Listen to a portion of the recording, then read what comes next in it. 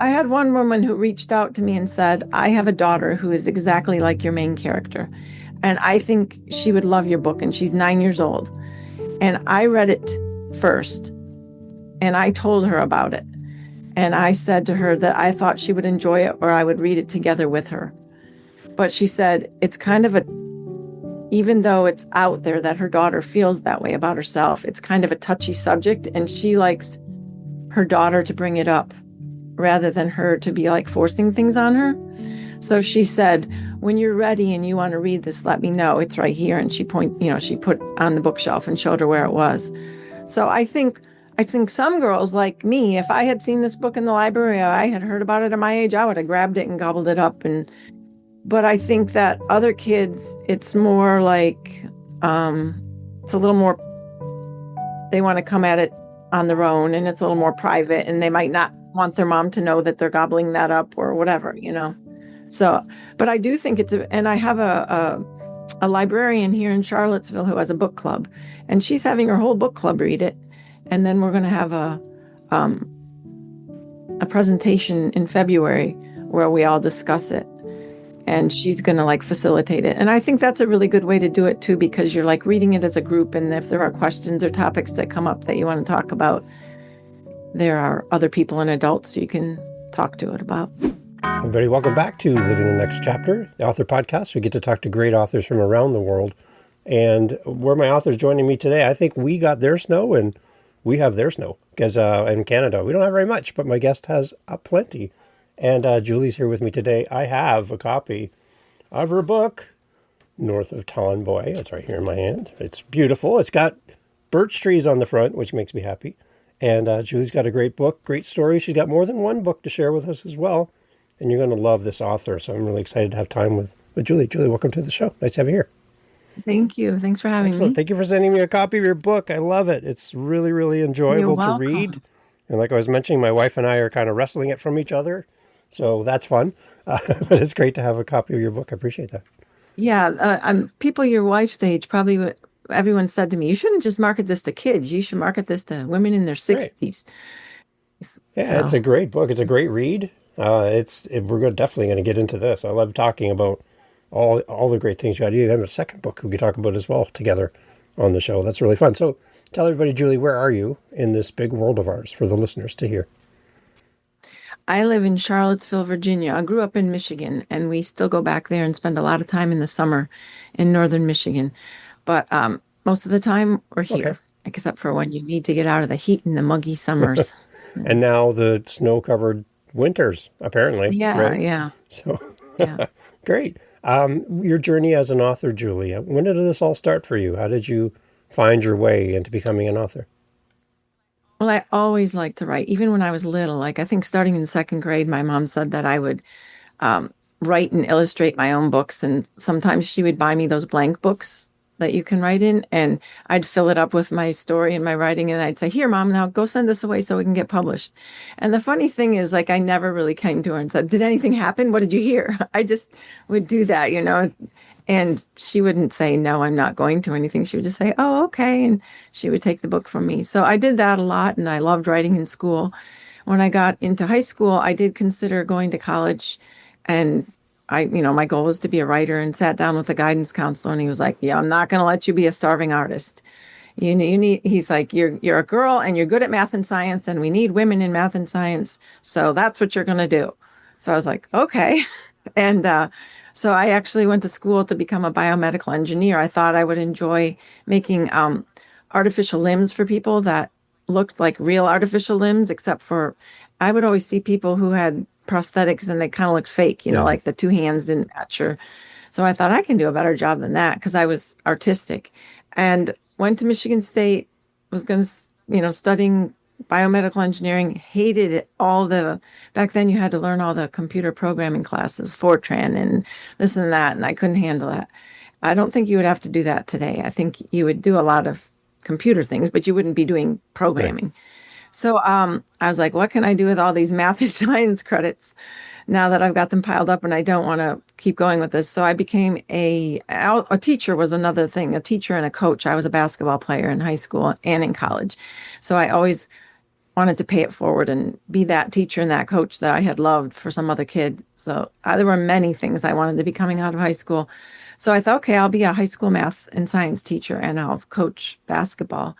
And so that's what I did, and got out of college and taught in high school and coached girls basketball. But then when we had our first, and I wanted to stay home with her or them or however many we had if I could afford that. And luckily we could. It wasn't easy when my husband's early days of coaching, but when I knew I was going to be staying home, I was like, aha, now I can be that writer that I always wanted to be.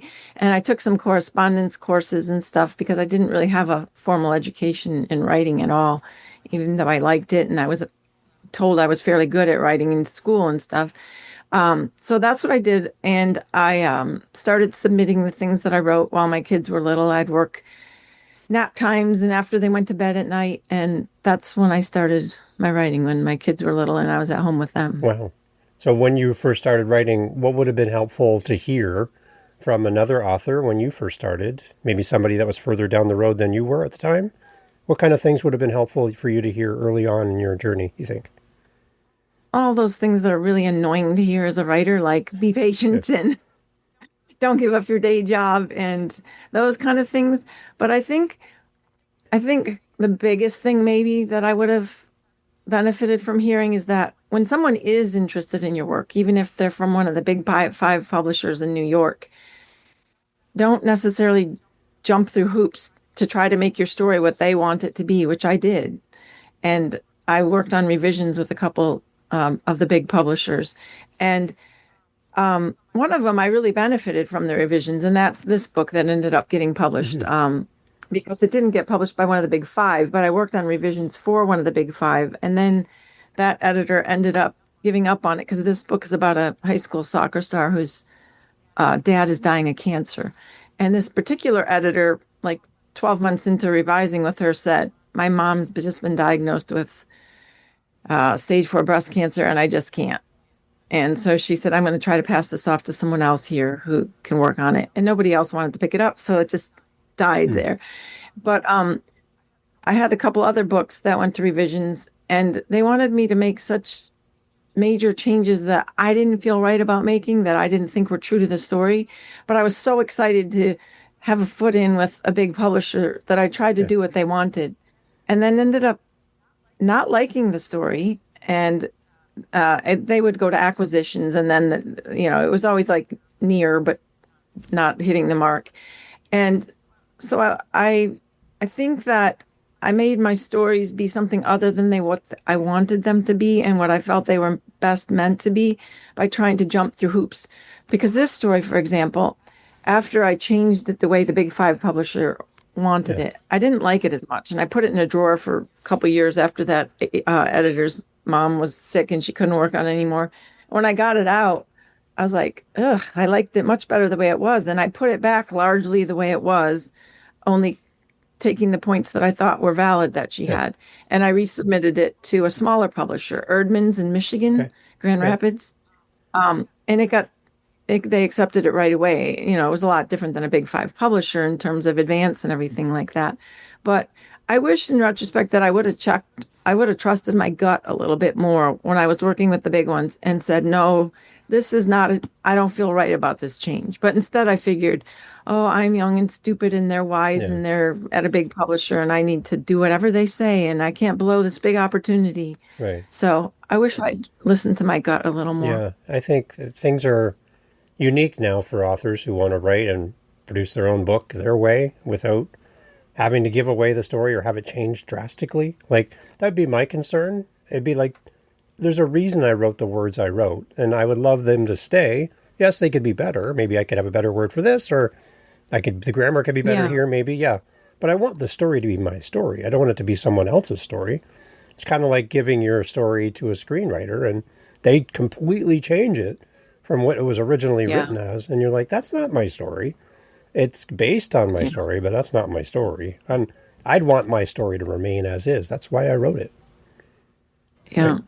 And that's the other thing I think, like what you're talking about, is a belief in a story. You have a story you want to Yeah. tell, and you wrote it a certain way, and you don't want it to be vastly different than that because that's the story you're trying to tell. I think that like a lot of writers do, I went through periods where years would go by and nothing would happen. I would get rejections.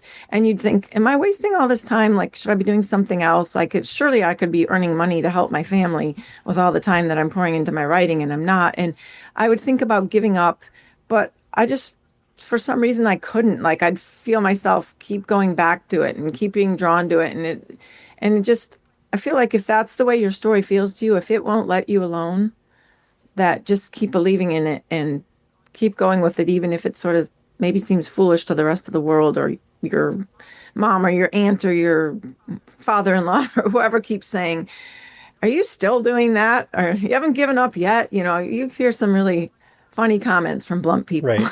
For And readers, then, for that first book we're talking about, Going for the Record, what can a reader expect? Because one thing I love is when authors have more than one book.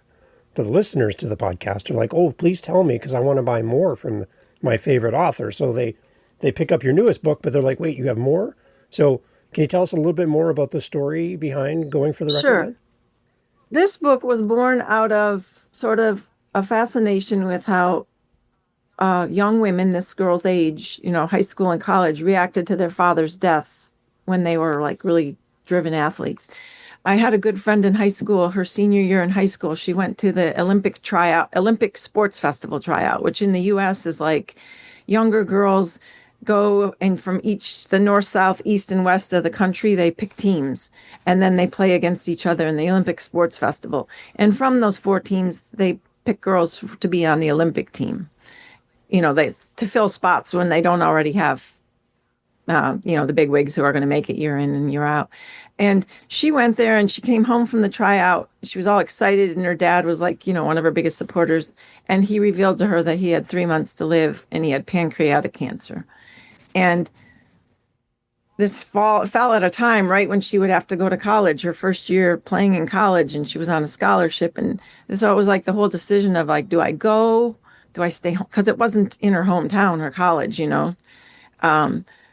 Do I go? Do I leave in my dad's last few months? And it was a real hard decision for her. And she left and she went, and she'd go back and forth as much as she could. But he died. And when he died, her reaction was, sports, in the grand scheme of things, sports are kind of stupid.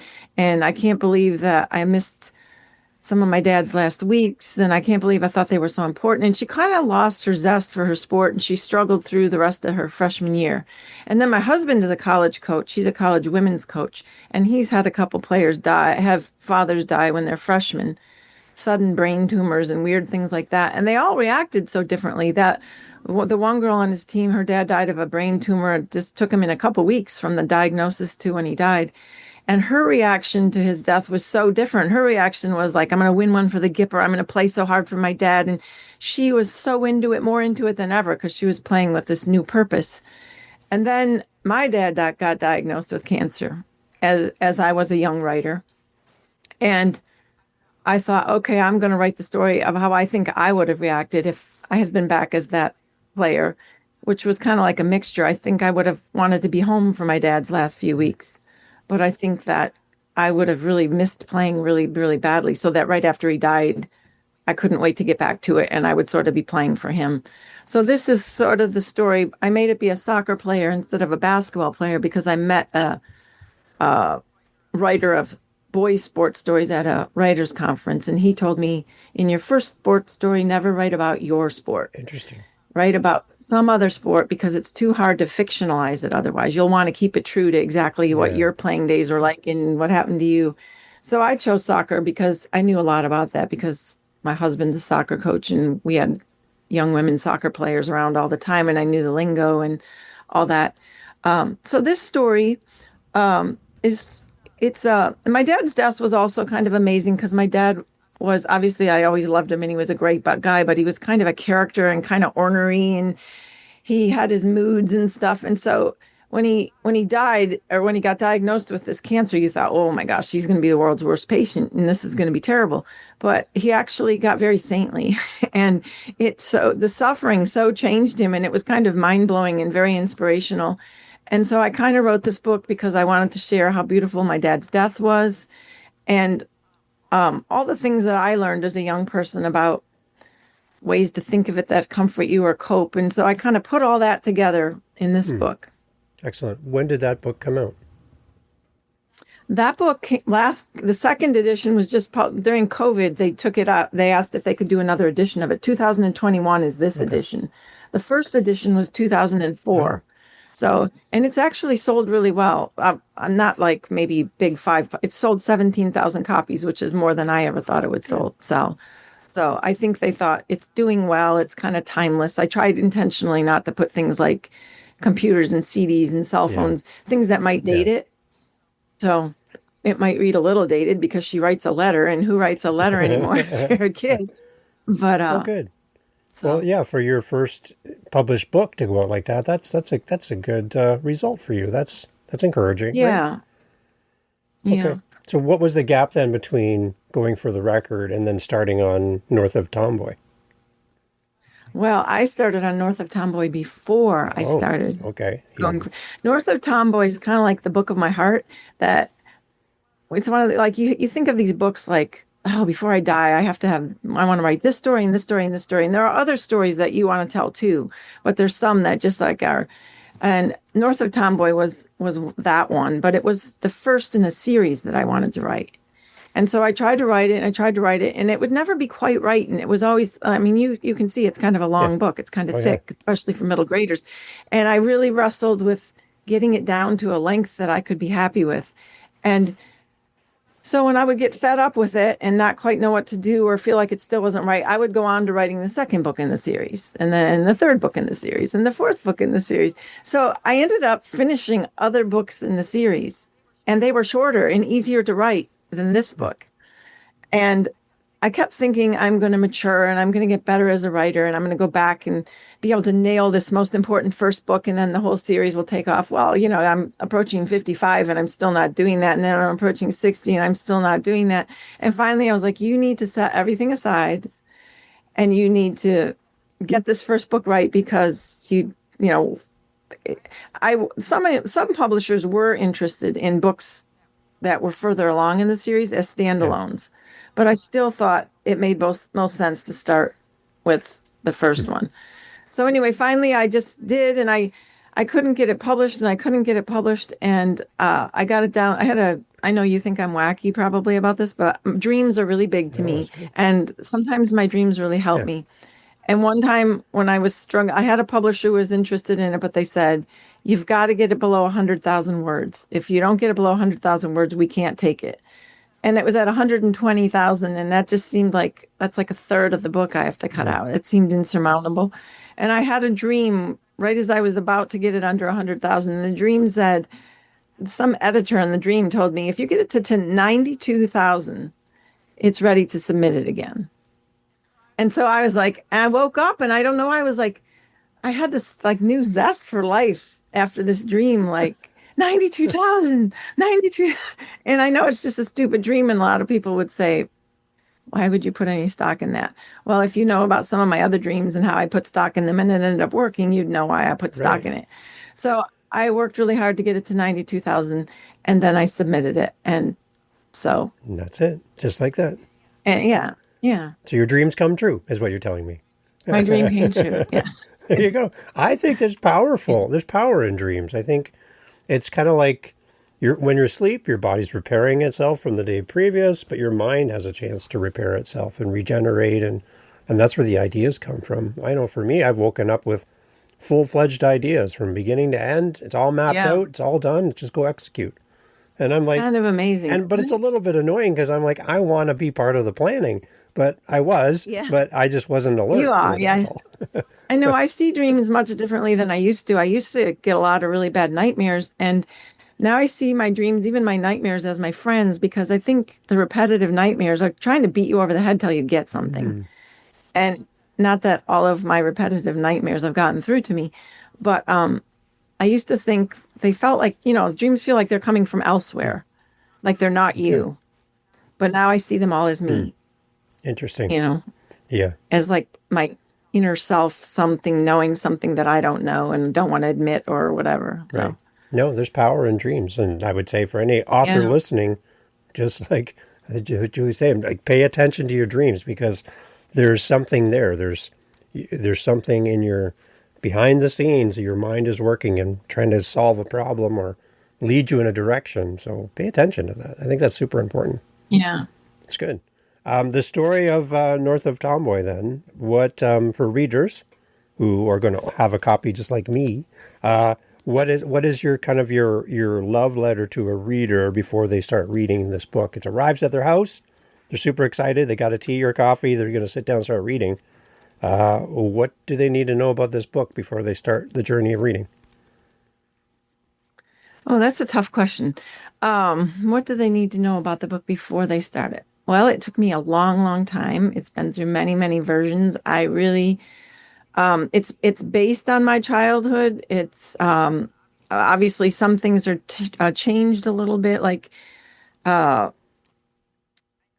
think one of the big things that I get that I most need to address maybe is that I get a lot of people who are concerned, like a librarian bought it at a conference I was at for the Virginia School Association of School Librarians, and it's one of its descriptions of the categories on Amazon is LGBTQ, and obviously that really bothers some people, and it doesn't bother other people. But this librarian came up to me and she held the book up to me and she was kind of whispering and she said, what do I tell parents? I live in a state that's kind of red and it's really rural, meaning Yeah, Republican. What do I tell parents who ask me why I bought this book for our library? So obviously she'd read the description and knew that there was that element to it. And she knew that parents might read that on Amazon and say, wait a minute, what are you bringing this into our yeah, yeah. library for? And all I will say is that there are people who would say this girl is queer. Okay. To me, because it's a very liberal word, Yeah, queer. Liberal to me just means different than the normal, not, you know what yeah, I mean? yeah, Like, yeah, did I feel queer as a kid when I felt like I didn't like being a girl and why was I born a girl and I wish I was a boy and I want to be a yeah, boy? Yeah, I looked around me and everyone else seemed happy to be a boy or a girl. So I felt yeah, odd. I felt weird. I felt yeah, queer. But there is no agenda. There are no terms like that used in the book. The girl doesn't ever say, I want to have a surgery and I want to be a yeah, boy and I want to be transgender. Back in the 70s, that wasn't even something you thought of or knew yeah, about. yeah, Or so, in the sense that this girl could be considered gender nonconforming or gender variant or non-binary, or yeah, in that sense, it fits into the LGBTQ category. But parents and teachers and librarians do not need to be worried that it is a book with a political yeah, agenda or that it's trying to groom right. somebody or all the other things that people who write books like that are accused Yeah, of. So that's what I guess I would tell people who are hesitant to pick up the book, yeah, that there's nothing in it you need to be worried about or that's right. concerning or It's a struggle with identity. It's finding yeah. someone's place in the world. All of that kind of story is what I'm getting from it as I'm reading. So, yeah. So I Yeah. it's funny how people they go to one extreme. They're just like, well, if it says anything to do with this, then it must be this. And it's like you got to give things Yeah. time. You got to, you can't just dismiss something because you don't understand it. So, right. So Yeah. get out there, read the book first, and then you'll know kind of how you feel as a reader, right? But I don't get any sense of that from you that there's a hidden agenda here. You're trying to coerce Yeah. me into a certain direction. Not at all. No, it's a story about identity and somebody trying to find their path Just in life. That's all I'm getting. yeah. And it's written in first Yeah, person present yeah, tense and you're really in the head and the heart of the kid and it's yeah. nothing like adult No, not at all. being imposed upon I see it as kind of like, it feels like to me like a movie as I'm reading. Like I can see the you. scenes like on screen kind of as I'm reading. I'm like, it's very visual as a reader, the way you write. So that's kind of my thought is I'm like, this would be a great like movie or TV series or something. There's Yeah, something yeah. about it that's just like, it brings you in as a reader, right? Yeah. Well, Yeah, good. I like it. Who would you say then is your target audience age-wise for the book? Well, when I was this weird little kid who was not very I looked very much like a girl. My mom was very feminine, kept me dressed very feminine, kept my hair groomed very feminine. So if you saw me playing out at recess, you might go, wow, look at that little girl go, because I love playing with the boys, and you might notice something different then. And I was built kind of stout and hardy, and but you wouldn't look at me and think that I was anything other than a little girl who was fine being a little girl, probably. My mom made me wear dresses to school, and I hated Mm. dresses and stuff like that. I was an avid Yeah. reader in middle Yeah. school, and I could never find a book about anybody who was like Mm. me. And if I did find a book with a tomboy in it, I would be so excited. But that there was a series called Zan Baller. She was a basketball player, and Zan Banger, and those that was in the 70s. But the girl would always meet a boy and fall in love and start caring about how she dressed in her hair, and Right. or Caddy Woodlawn would become more civilized. And I was always sort of let down at the end of the book that they Right. changed. And couldn't they just keep being Yeah. themselves or keeping the way they were? Why did they have to change? And so I always promised myself when I was little, when you grow up, you have to write a book about what it was like to be a kid like this, so that other kids like you are know that there's somebody else out there like that. And so I always thought, when you grow up, so it's really interesting. So the minute I got married, I thought, you're grown up. You got to start writing this book. So that's, even though I was still working as a teacher and a coach in my free time and on the weekends, is when I actually started writing it, before I, was a stay-at-home mom who felt like I could just really devote my free time to that. I started writing it as a picture book and found out that it was not a picture book. It was way too deep to go for a picture book. But so I wrote it for middle grade readers, because I wanted kids who, I didn't want, a lot of people would say to me, "Oh, this," in earlier versions, they would say, "This reads kind of like memoir. Why don't you write it as a memoir?" And I was like, because I don't think it's interesting. If I do it as memoir, I have to stick to the absolute truth, and I don't think I can make it as interesting, because I was not as brave as this little girl. I didn't chop my hair off in real Hmm. life. I didn't do some of the things she does that I should have done now. So I wrote it for middle graders because that's when I could have really used a book like this. And actually, when my publisher offered me a contract for it, they said, "Do you want to market this as middle grade, young adult, or adult? Because we can see it going any of those three ways, Yeah. but you have to make a Yeah. decision."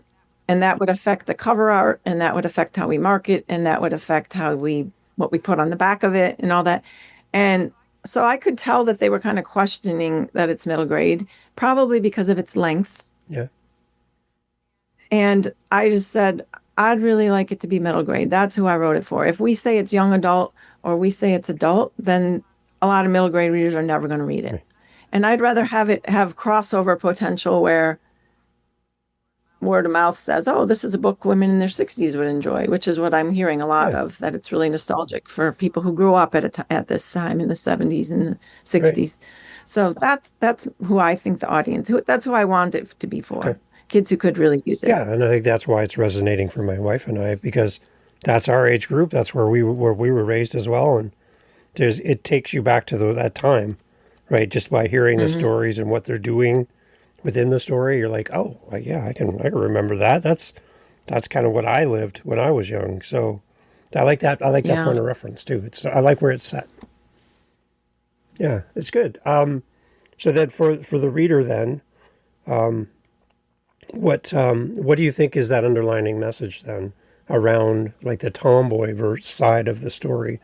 Do you think that our world today has the same kind of look at, let's say, a girl who feels more like a tomboy around the schoolyard? Is that still a thing, or has it changed to the better, to the I worse? What do think you it's think? changed a little bit, because kids have words for it now, more than we had words for True. it then. And if you're going to be mean to somebody, like, what if you're a little girl whose mom doesn't make you wear dresses? And what if you're a little girl who does have short hair like you want from very early on, and you look like a little boy very intentionally, and you could get called a lot of different names. And back then, I never got called a name. I never, even once I did have really short hair, and even once my mom stopped making me wear dresses, and I looked a lot like I was mistaken in junior high for a boy often. And nobody ever called me any names or anything. And I think now there would be name Hmm. calling. And that was hard. And the other thing is, like, This is the first book in the series. The second book in the series has the main character at 12. Okay. And that's like when you're worried about changing or you're Yeah. changing. And I was very freaked out about that and did not like anything on my chest to change at all. I wanted to be flat chested Yeah. forever. And the thought that it wouldn't be just really had me afraid that I was going to become something I wasn't or that I couldn't be. And I think if I were alive today and I knew about puberty blockers, I would beg my mom for Hmm. them and I would tell my mom I needed them. Really? I do. I hated the idea of getting something up there that much, and I was so convinced that that was not me. And that would have been a mistake in retrospect because look, now I'm married and I have 3 kids and 7 grandkids and enjoy being a female Yeah. now and realize that there were a lot of psychological aspects behind my not wanting to identify as a Yeah. girl. And I'm not saying that every girl who's, every child who's born a girl now and becomes older and doesn't want to identify as girl now. I'm not saying every girl has to do what I did because that's the right way. And if they choose to do something else, they're Right. wrong. I don't know. Everyone else is different and the degree of how they feel and how they feel and why they feel. Obviously, there are people born Yeah. intersex, and that's really confusing, Yeah. right? And uh, so I'm not trying to say that transgender is or puberty blockers or something bad. I'm saying for me, in retrospect, that would have been bad, and that would have been added to the confusion that I felt. Yeah. It would have been like a really hard decision if I were alive today. And I'm thankful, given how things turned out, that that wasn't something that I knew about or had to decide about then. Do you think this would be a good book for parents and their kids to kind of look at together, an open conversation around some of these things that you were feeling? Because it sounds like when you talk about your childhood, a lot of it feels kind of lonely. Like you were going through all these Yeah. things on your own and you didn't have anybody there to kind of help you and support you. And Yeah, it wasn't right? something you could No. talk about. Like even my sister and I, who are very, very close, she's a couple years younger than me. She reads it now and she's like, I didn't know you felt this Hmm. way.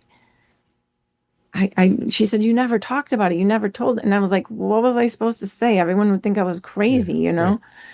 Um, but again, I've kind of lost Yeah. your Just like question. would But parents and kids benefit from doing oh, reading through this yeah, together? I had one woman who reached out to me and said, I have a daughter who is exactly like your main Hmm. character. And I think she would love your book. And she's 9 years old. And I read it first and I told her about it. And I said to her that I thought she would enjoy it or I would read it together with her. But she said it's kind of even though it's out there that her daughter feels that way about herself, it's kind of a touchy Yeah. subject. And she likes her daughter to bring it up rather than her to be like forcing things on Sure. her. So she said, when you're ready and you want to read this, let me know. It's right here. And she put on the bookshelf and showed her where it was. So I think some girls like me, if I had seen this book in the library, or I had heard about it at my age, I would have grabbed it and Right. gobbled it up.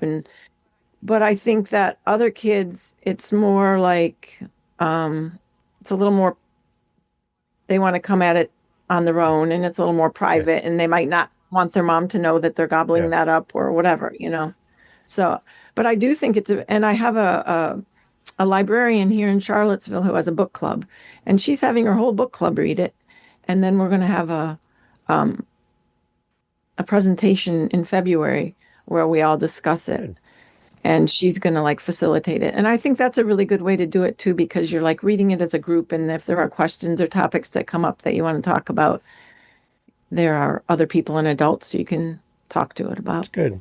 What are you most proud of now that this book's out in the world? You got it down to your 92,000 words and all your dreams have come true, but when you look at your book and you hold it in your hand as a finished product, what makes you happy and satisfied? Well, one thing I'm really happy about that I wasn't expecting, I drew the little pictures and the end paper maps for it, and I'm not a professional artist. And I know that they're like of different styles and sometimes intentionally so, but I worried that somebody would deem that they weren't good enough. But I read another book written by, do you know Louise Erdrich? No. She's a famous author who's written a series of books called the Birch Bark House Okay. series, and they're all about the Indians in Canada and Michigan and how they got kicked out Yeah. by the white man and sent west. And then she's mostly famous for being an adult author. She's written, you should look her up. She writes great books. And they're um, she's, I guess you would say, Ottawan. How do you say that? Why her descendants? She's a descendant of Ottawa, and Okay. Yeah. Okay. Yeah. Yeah, I'm not um, sure the term. But yeah, I understand. Yeah. her Yeah. lineage is the Ottawa Yeah. Indians. And she did that in the Birch Bark book. When I read the first Birch Bark House book, it's like Peter Piper. I noticed the illustrations and they were very quaint, I'd say, and unique, but they didn't look like really Yeah. professional. They looked very homey or something. And I looked it up, and sure enough, she had done them. And I was like, oh, I'm going to try to do that. That is so cool because there's some things in my book I feel like you'd have to illustrate for the kid to kind of understand what they are or how people dressed or what the car looks Yeah. like or that kind of thing. And so I tried to do that. And I'm really proud. Well, I can't say proud is the word. I feel really lucky that the publisher was willing to use Yeah. them. That's nice. That yeah, I was So looking at those going. You can tell they were done by the same person or people because they have a feel, a look and feel to them as you look at the but photos. some Yeah. of the styles are very Yeah. different. Some are stick Yeah. figures with thought clouds, and some are very realistic, and some are really sketchy and kind of loose, and some are not. Yeah. So, I like it. I was just really happy that, and I like the book cover. I did not design the book cover. You know, they had a cover artist design it, but they gave me some say in Yeah. it, and we changed it a little bit. But I didn't have a say at all in this book cover, and I don't dislike it, Yeah. but I don't love it. Yeah. And I really like this book cover. Like every time I look at it, it makes me happy. Nice. And so, yeah. It's good. Now you did kind of lead to the idea that there's more books coming in the series. How many books in the series do Yes. you think are going to be coming? I'm kind of embarrassed to say there are 9 total in the Wow. series. Wow. Yeah, it goes into new adult. New adult is like, yeah, new adult's kind of a new term for some people. There's young adult, then there's new adult, then there's adult. So new adult is like people in their Okay. 20s or upper Yeah. teens. So, Wow. yeah. So we're going. And I don't know if they'll all happen, but I don't have them. I have like 2, 3, 4. I have the last one. Yeah. Wow. So Interesting. I kind of go all of, yeah. Nice. So the And I don't have them all no, no. finished. I have the second one finished and ready to Okay. go, but I don't, the other ones are like, I'd have to polish them up Yeah. and Do you have a timeline for readers on maybe when the second one could be available in the future? the second one might be available next winter, early spring. Okay. So 2026, That's as fast as 2027? publishing. Yeah, Yeah. 27, the winter of 27 Okay. or winter or Yeah. spring. Okay. Yeah.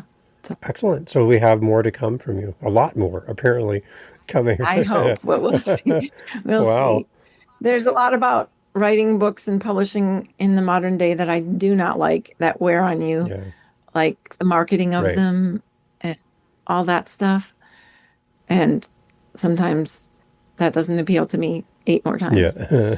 But the actual writing of them, if I could just write them, and that would fun. be, I could do it. Yeah. Well, I know that our audience loves hearing from authors because when we see a book on a shelf or on a website, we're like, am I going to like this book? And then when we hear the author talk about it, you're like, oh, not only am I going to like this, but I know someone else is going to love it just by hearing the conversation. So I think podcasting really helps to kind of have that evergreen kind of Yeah. promotion of your book and what you're doing. It's just nice to hear the voice of the author, I think. Yeah. I appreciate your having me Yeah, on. that's great. So for people that want to come and follow you and your journey as you continue to write and get more information about all of these great things you're doing, Julie, where do we go? Where do we send our audience to stay in touch with you? Well, I have a website, and that's just www.julieswanson, just julieswanson.com. So we'll make sure we have a link for everybody to come and follow you and to sign up for your all your information as well and follow your story as a Okay. podcast as a author. This is amazing. One last thing. Let's leave off people with what are you reading right now as an author? I always like to find out what you're interested in as an author. What kind of books are you reading right now that's kind of capturing you? Oh, I'm trying to think. I just read a book. Um, well, there's a book I love, which is a lot like my book called Ollie in Hmm. Between, that I would really recommend. It's a middle grade book about a girl who is in between a boy and a Yeah. girl. Or uh, I'm also reading I'm reading some Bonnie Jo Campbell. Do you know her? She has a new book She's out got a great last called name. The Waters. Yeah. She's got a, Oh, you would love her books. They're set in Michigan, and they're always about people who sort of are living off the land, kind of wild hmm. people who, and they're set like along the Kalamazoo River, and they live on houseboats, or they're very interesting people with traumatic pasts. And her latest one is called The Waters. I don't usually read adult fiction, but I've read two other Bonnie Jo Campbell books I love. And when I heard she had a new book come out, I got that. So that's on my nightstand waiting for me to read Bonnie Jo There you Campbell. go. Again, she's got a great last Yeah. name, so I should get her on my podcast then. That'd be great. Yeah, you should look at her. I think you and your wife would Yeah. both like her. Awesome. This is great, Julie. Thank you so much again for a copy of the book. We're really enjoying this. I have friends and Oh, family within good. my world that are going to love reading it as well. So this is going to get a lot of eyeballs on this copy of your book. So Oh, thank you, thank you. good to hear. I'm glad it arrived in Yeah, time. no, this has been great, and I really do appreciate it. I will take some pictures of your book down here at Niagara Falls and send them back to you as a thank you for a copy of your Okay. book. So your book's made it to the All falls. right. Yay. So there you go. I love it. Yay. Thank you. Thanks so much, Thank you for Dave. being on the show, Julie. Thank you for everything that you've Yeah. written. Have a Keep good day. writing. Don't Yeah, stop. We're cheering you on. I will. Everyone, all information Okay. is always in the show notes for Julie. Check out the books, both books, Going for the Record and North of Tomboy, and more to come. Julie, thank you so much for being on the show. All right. Bye-bye. Hey, thank you so much again for pressing play. As you've heard, great guests on the show. And one thing you didn't hear in this conversation is what? What did you not hear? Think about it for a second. That's right. Not a single solitary commercial for a mattress or a supplement or a whatever you call it. No. Why? Because we don't want to break up the conversation with commercials. So the fact that you're still here means that you are a fan of the show, I'm assuming. So if you want to help to keep the podcast going and to make me feel really happy, all I really care about is coffee. Okay? I just got to be honest. I love coffee. I'm drinking one right now. It's starting to get cold. I need to warm it up. Helping us with our Buy Me a Coffee link over at livingthenextchapter.com and also in the show notes helps kind of keep the lights on around here. Remember, I'm doing this for free. I'm paying for everything. So I would love to have a little coffee donation, even $5 kind of fills up my cup. And I would love to enjoy a coffee from you. So if you're interested, again, thank you for listening. But you can use our Buy Me a Coffee link and fill up the cup. Thanks for being here.